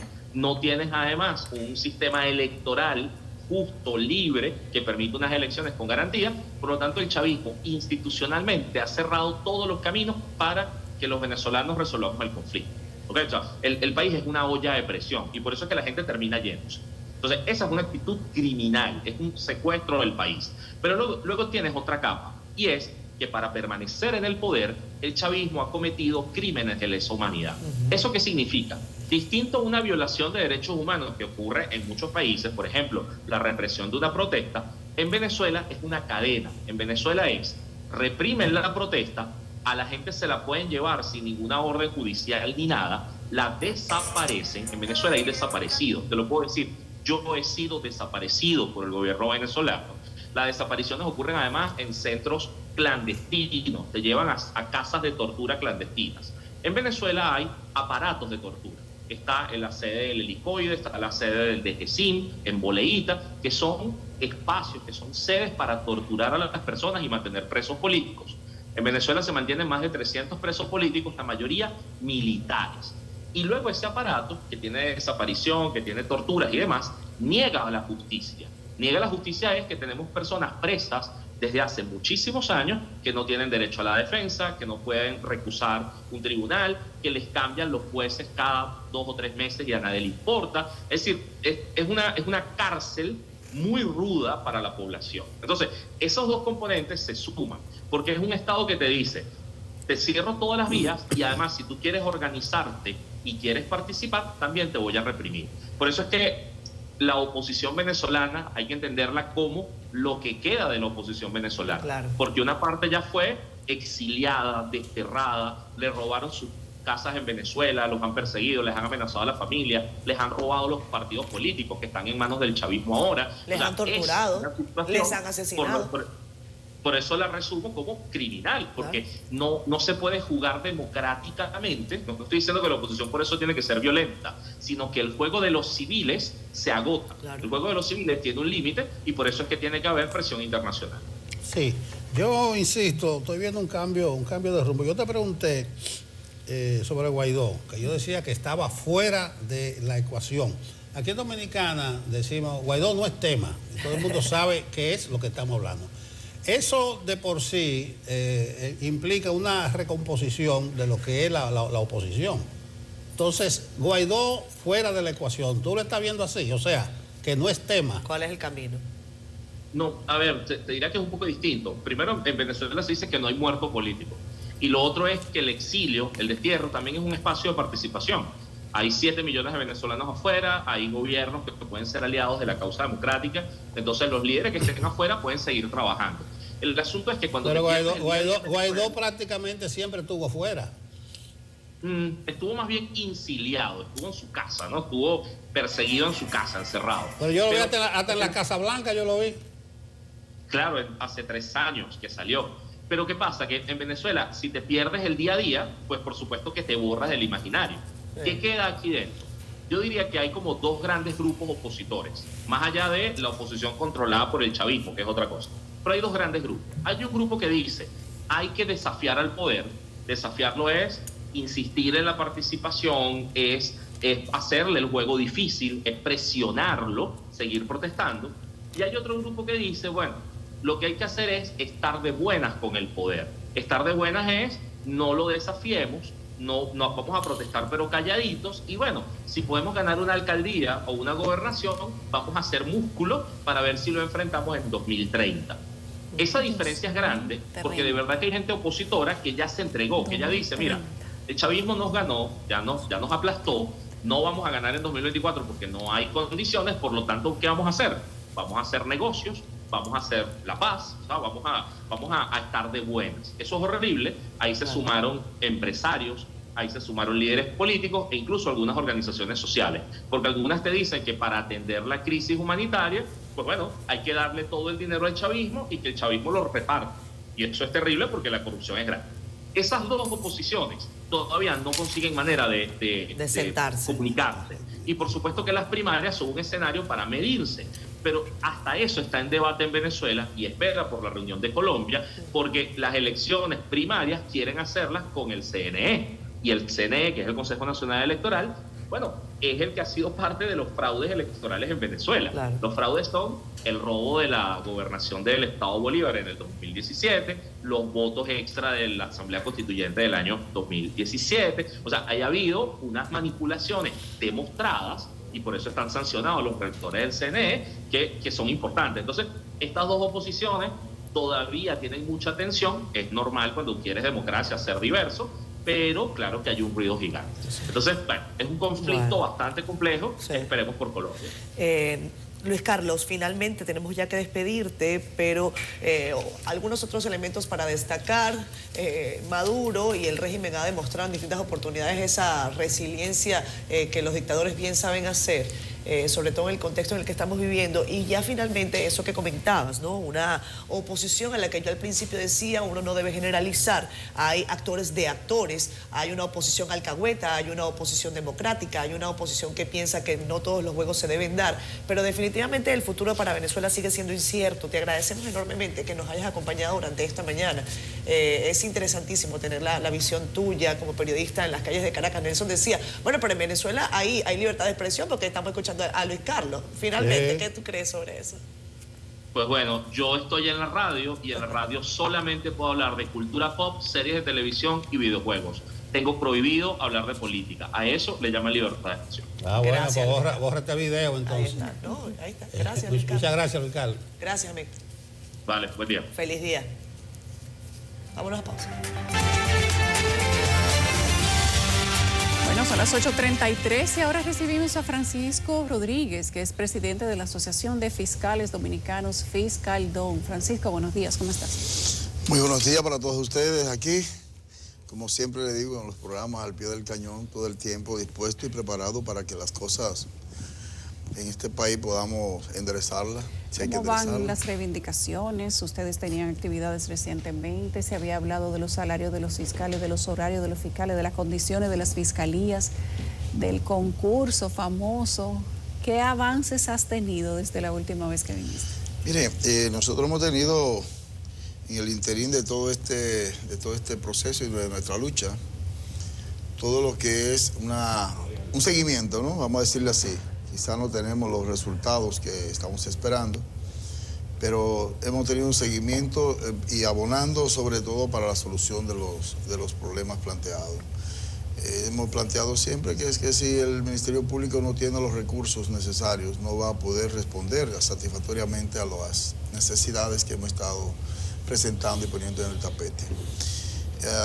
Ahí está, inclusive en la última resolución que establece el Consejo, deja establecido que realmente la ausencia de recursos le impide poder habilitar una cantidad de fiscalizadores que deben de ya ser ascendidos por el tiempo que tienen. Y todo esto deviene también en una sobreexplotación, si se quiere, del trabajo del fiscalizador, fundamentalmente los fiscalizadores, que son el eslabón más pequeño, más bajo dentro de la carrera del Ministerio Público, que sin embargo han sido un sustento fundamental para el desarrollo de la institución, puesto que la cantidad de fiscales no dan abasto para atender las necesidades del Ministerio Público y lo que requieren las personas. Entonces estos jóvenes que entraron a la escuela y pasaron luego a entrar a la carrera, pues han sido el sostén institucional. Y son jóvenes que venían inclusive haciendo labores en funciones del Ministerio Público. No eran Ministerio Público y hacían funciones del Ministerio Público y luego pasaron a la escuela y eso fue positivísimo para poder agarrar esa experiencia que ellos tenían. Por tanto, tienen una experiencia maravillosa. Jóvenes ahí que tienen resultados de sentencias de 20, 30, 15 años en sus casos que llevaban, asumiéndose como procuradores fiscales, no siéndolo, y recibiendo salarios como fiscalizadores. Entonces son de las cosas que al momento actual nosotros nos están preocupando. Reciente celebramos en el país el primer Congreso Latinoamericano y Caribeño de Fiscales, en el que abordamos todos estos temas, todos los temas relativos al desarrollo de los miembros del Ministerio Público, la seguridad del Ministerio Público, la independencia del Ministerio Público, sobre todo en la fase donde estamos investigando temas de criminalidad organizada. Hemos tenido situaciones de compañeros que han fallecido, lo han asesinado más bien, los grupos criminales a nivel continental. Aquí han habido conatos de amenazas y cosas, solo que, no sé, aquí la Virgencita de la Altagracia es la que nos protege, que no han pasado desgracia con los fiscales en el país. Pero ya sí tuvimos uno con Omar Álvarez, y a esos compañeros, como el caso de Pesci, Marcelo Pesci de Paraguay, que fue asesinado en Colombia, momento en que descansaba después de su luna de miel y eso. O sea, el crimen no descansa y por tanto los fiscales tampoco descansamos. No debemos descansar, pero también si no se nos atiende va a haber un momento de agotamiento en el que las cosas no van a resultar como se quiere. Francisco, para ilustración del televidente, hay un concurso interno para los ascensos. No sé si esa parte ya se cumplió, pero tengo entendido que también, tú lo acabas de decir, faltan fiscales, hay un déficit. Se habla con más de un centenar. Para eso que van a ingresar, también hay un concurso. ¿Cuál es el procedimiento? Y si ya terminó la parte de los ascensos. Mire, hay dos cosas importantes que todavía están inconclusas en la institución. Y es la evaluación de los titulares. Si bien se ha hecho una evaluación, no menos cierto es que no se ha dado a conocer a quienes evaluaron, quienes van al concurso, por ejemplo, para titulares, porque aquí tenemos que diferenciar varias cosas. Hay un concurso para titulares que debe de efectuarse. Debió haberse efectuado a finales del año pasado, pero el tiempo se le vino encima al órgano de gobierno institucional, precisamente porque faltan una serie de herramientas de sustentación para esos fines. A eso viene que se crea ya todo el andamiaje, se hacen las evaluaciones, a la cual nosotros llamamos siempre que se hiciera dentro de un ambiente de objetividad y evitando que se hagan sesgo, más bien. Sesgo en la evaluación. Porque ustedes saben lo que siempre se estuvo moviendo, va a ser nosotros los fiscales, porque cuando este gobierno termine, el próximo gobierno que llega dice que nosotros éramos del gobierno anterior. Y así ha pasado de manera reiterada. Entonces, estos fiscales titulares debieron ser evaluados y elegir los nuevos titulares que deben ocupar las especializadas, las cortes de apelación regionales, así como también las fiscalías ordinarias. Eso no se ha concluido todavía, una tarea pendiente. Nosotros incluso el Consejo nos incorporó en una comisión como asociación para analizar y evaluar esa evaluación que hicieron, para darle un visto positivo. Todavía estamos esperando que nos convoquen para hacer la evaluación. Ahora se habló de un concurso para los fiscalizadores poder ascender de un nivel a otro. O sea, en el sistema nuestro del Ministerio Público existen eslabones, 3 niveles por cada categoría. Fiscalizador 1, 2, 3, procurador fiscal 1, 2, 3, procurador general de corte 1, 2, 3. El procurador general de corte es la última ratio dentro de la carrera del Ministerio Público. Pero entonces se habla ahora de plantear un concurso para que los fiscalizadores que ya tienen 14, 12, 10 años, 8 años y más ejerciendo la función, vayan a un concurso para pasar del 1 al 2 o del 2 al 3. El hecho es que al momento no se sabe quién está en el 1, quién está en el 2, quién está en el 3. Precisamente por la carencia de un sistema de carrera, de establecer la normativa en ese sentido, y ya eso lo hemos discutido tantas veces. Pero ¿cómo de un sistema de carrera? Si el Ministerio Público tiene un sistema de carrera. Existe nominalmente en la ley, pero en la práctica no existe. No se está cumpliendo. Sí, es que no hay un reglamento. O sea, nadie sabe si es... O sea, los fiscalizadores no saben si son 1, 2 o 3. Esa es la realidad. Fíjese que a las elecciones, por ejemplo, para miembros del Consejo Superior del Ministerio Público, sí, lo cual ha de suceder a finales de este año, para el nuevo Consejo Superior, todo el mundo vota al mismo nivel, se supone, o todo el mundo puede aspirar más bien al cargo de titular. En el caso de los procuradores fiscales, podrían aspirar a procuradores generales de corte. ¿Ya? ya si están a ser ascendidos, o más bien para participar como Procurador General de Corte. El Procurador Fiscal y el Procurador General de Corte, 1, 2 o 3, puede aspirar para ser titular de la Procuraduría General de Apelación de un determinado, de una determinada región. O sea, no hay una determinación. Cuando la ley establece que es el último eslabón el que puede concursar para ser titular de cada uno de los niveles. O sea, pero eso no está, al no definirse todavía, va a ocurrir incluso en la misma reglamentación que se estableció y bases para el último concurso de titulares. El mismo Consejo Superior tuvo que hacer un mea culpa respecto a eso, que no lo habían hecho. No sino el anterior Consejo Superior de la gestión pasada, tuvieron que hacerlo para poder entonces que todo el mundo pudiera votar. Una violentación obviamente de la norma. Entonces, al no existir el régimen de carrera, el sistema de carrera, que debe de crearse por ley, la ley lo dice, pues tenemos esa situación hoy día y unas definiciones que ponen en riesgo, si se quiere, la estabilidad de los fiscales, de los fiscalizadores, procuradores fiscales y procuradores generales de corte. Entonces, este concurso, nosotros entendemos que no tenía sentido alguno. No tiene sentido porque usted tiene que establecerme un parámetro. Si usted no tiene una regla clara respecto a quién es cada cual, en qué nivel está cada cual, al momento, entonces usted tiene que pensar en la idea de escoger o elevar a aquellos que tienen mayor tiempo en el servicio, haciéndole obviamente la precalificación de resultados y de su formación. Obviamente la norma lo establece inverso, una evaluación de desempeño, una de formación y tiempo, lo cual debe invertirse, en este momento debe invertirse, debe empezarse por el tiempo y empezar a escoger a los que tienen más tiempo en el sistema para que entonces pudieran ser ascendidos al nivel que le corresponde. No hacerlo a la inversa como se pretende ahora, porque aquí lo cierto es que la mayoría de miembros del Ministerio Público no tienen mucho tiempo tampoco de poder dedicar a estar haciendo maestrías y dedicar el tiempo que el tiempo no le da. Sin embargo, hacemos de tripa corazón y los compañeros se van formando y preparándose. Pero no es solo eso, usted tiene un tiempo dedicado a la institución, los mejores años de su juventud, dedicado a la institución, y la institución no lo va a valorar partiendo de que uno que reciente 2 años entró a la carrera, pudo haber hecho 20.000 maestrías. Entonces te vas a poner numeración por encima de eso. Yo recuerdo que al último concurso que yo asistí para titulares, con esa ocasión resultaron de 16, de 9 mujeres fueron escogidas. Y yo asistí a ese concurso y a mí la respuesta que me dan es que, me dice, profesor, es que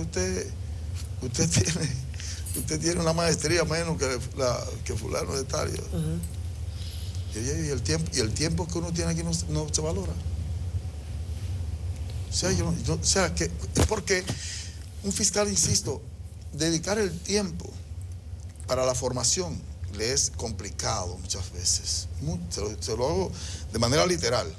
Señor Rodríguez, hablemos de eso, del tiempo. Nosotros en algunas investigaciones que se han hecho en CDN hemos determinado que incluso la respuesta de los fiscales en algunas ocasiones deja claro que hay imposibilidad para atender de manera oportuna los casos, desdén, incluso falta de empatía. ¿Eso podría estar vinculado a qué, según su percepción? Mire, cuando usted tiene, por ejemplo, en el caso llano de una pareja, cuando usted una pareja la descuida, no invite a que esa pareja pues, sea lo suficientemente con usted todo el tiempo porque usted no la atiende. En algún momento se le va a ir.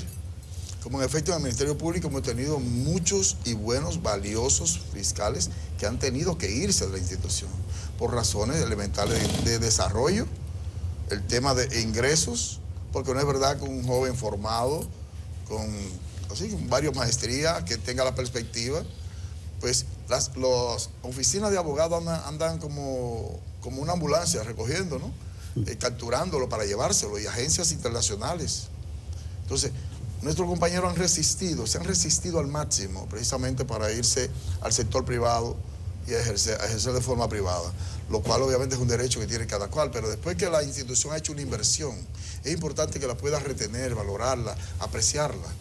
Nosotros no estamos diciendo, bueno, a los fiscalizadores que están siendo utilizados como procuradores fiscales, como procuradores generales de corte inclusive, está bien, no tiene tiempo para ascendérmelo, no me lo va a poder ascender porque no tiene los recursos, pero entonces compénsamelo. Dámele una compensación que permita que ellos por lo menos puedan atender a su familia.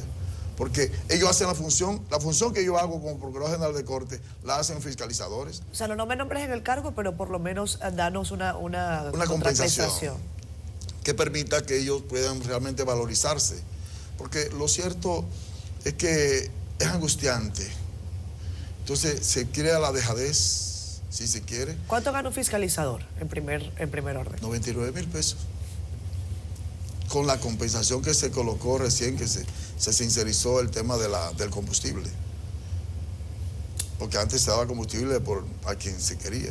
Entonces doña Miriam llega y esa parte es positiva y se la saludamos. Se sincerizó, todo el mundo recibe a partir de un 10% en combustible del salario. No es la gran cosa, pero por lo menos ayuda. Un salario 14. No tenemos salario 14. El bono de vacaciones, ¿no? Bueno, se implementó entonces bueno, el bono que yo le llamo. El bono vacacional, no, el bono vacacional es algo que está en la ley como bono vacacional para que podamos irnos de vacaciones.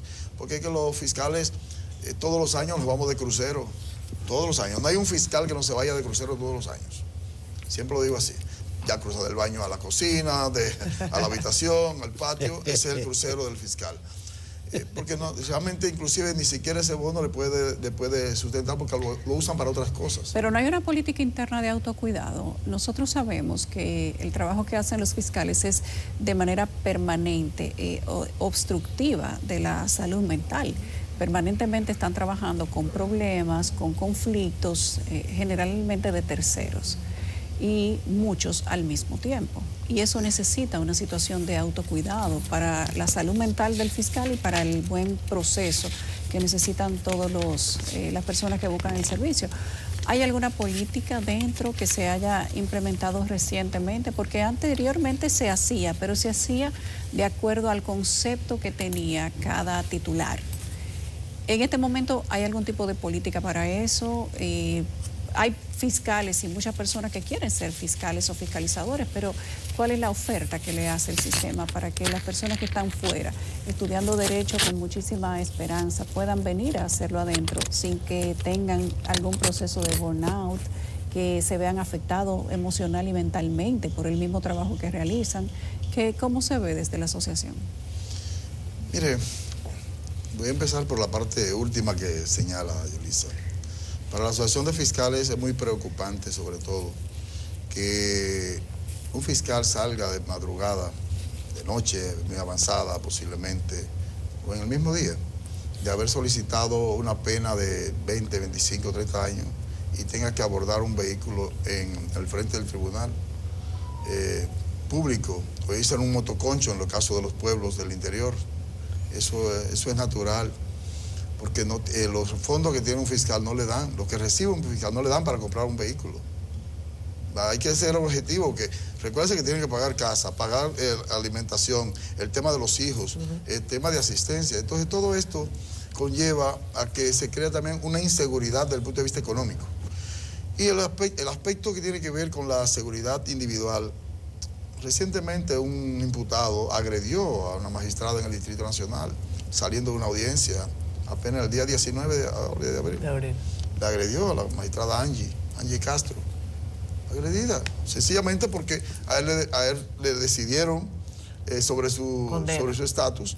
Y que le digo, agredió a la fiscal. Hemos tenido incidencias en la provincia de Santo Domingo, en todas partes. Los fiscales son igual que el ciudadano común, también atracado, que no tienen armas para defenderse la mayoría. Y las que lo tienen no están regularizadas porque Interior y Policía y la Procuraduría no han llegado a un acuerdo para regularizar el tema de las armas de los fiscales. No hay una seguridad al fiscal. Los jueces tienen a su servicio agentes de la policía o de los cuerpos castrenses. Claro. Porque los fiscales, que son los que arriesgan, que son los que investigan, que son los que escudrillan, los que se meten en todos los vericuetos, no tienen nada. Entonces eso no es posible, eso tiene que cambiar, porque el fiscal no es el titular de una fiscalía. Pero esto no es nuevo. ¿Cuál es la respuesta en la Procuraduría General de la República, en el Consejo, sobre estas peticiones que ustedes hacen? Para el tema de seguridad. En general, para todos los temas. O sea, esto no es nuevo. Bueno, la Procuraduría ha ido dando respuesta en la medida que ellos han ido teniendo los recursos. Y el tema del bono vacacional se discutió, se avanzó. El bono anual, que es un bono también que está en la misma ley orgánica, que se da el día del Ministerio Público, que es el 9 de marzo. Ese día lo reciben. Entonces, hemos ido avanzando en compensaciones ahí. Pero lo que nosotros queremos entender más más allá del tema meramente económico, también es un tema de lo que es el sentirse seguro y la seguridad inclusive en lo que significan los ingresos. Nosotros en el Congreso Internacional de Fiscales que realizamos recientemente, abordamos esos temas de una manera tangencial, clara y precisa, precisamente porque entendemos que si no hay la atención a los fiscales, imagínense un fiscal que va a internarse y no pueda cubrir los gastos de internamiento y de medicamentos, eso no es posible. Es decir, los medicamentos, el máximo de gasto de medicamentos que tiene un fiscal son 13,000 pesos, utilizando los dos, tanto el básico como el complementario. 13,000 pesos. Y usted dirá, bueno, un medicamento nada más de la presión o del cáncer, se le va en una o dos partidas y punto. Ya el año entero el fiscal está desprotegido en esa parte y tiene que recoger a sus fondos, hacer préstamos para poder cubrirse. Bueno, no hay un fiscal que no tenga una deuda en un banco o en la cooperativa. Yo creo que no hay ningún profesional en este país que no tenga deuda. Político. Falta mucho por hacer, la asociación tiene mucho trabajo. Ni hablar de los médicos, los maestros. Sí. Muchas gracias, Francisco. Quiero, antes que nada, si me permiten, solamente establecer con relación al Congreso Internacional. Es el primer Congreso latinoamericano y caribeño de fiscales. A él se dieron cita a unos 36 delegados internacionales, con la asistencia de 14 países. Un hito en la Federación Latinoamericana de Fiscales, de la cual somos primer vicepresidente también, y que la Asociación de Fiscales Dominicanos, Fiscaldón, fue la sede anfitriona, y estuvo bajo nuestro carga. Ahí surgieron cosas muy interesantes, se dejó incluso constituida el núcleo de mujeres fiscales de América Latina y el Caribe, bajo el entendido de que las mujeres fiscales tienen también sus temas, y esos temas también deben ser atendidos por las fiscalías de cada uno de los países. Informarle también que es importante que la solidaridad entre los fiscales ha sido positivísima. Ayer recibimos la noticia de Honduras, donde los fiscales lograron ya un acuerdo, tuvieron más de 93 días paralizado. Todo el sistema estuvo paralizado 93 días por una negativa del fiscal general de allí, que luego se escondió en medio de toda la lucha y designaron un fiscal general adjunto, y con ello ya se logró hacer el levantamiento del paro, logrando un aumento mínimo del salario, pero también garantía de estabilidad. De manera que es parte de la solidaridad que implementamos y lo que queremos seguir haciendo, tanto aquí en el país como a nivel internacional. Bueno, muchas gracias al presidente de la Asociación de Fiscales Dominicanos, Fiscaldón.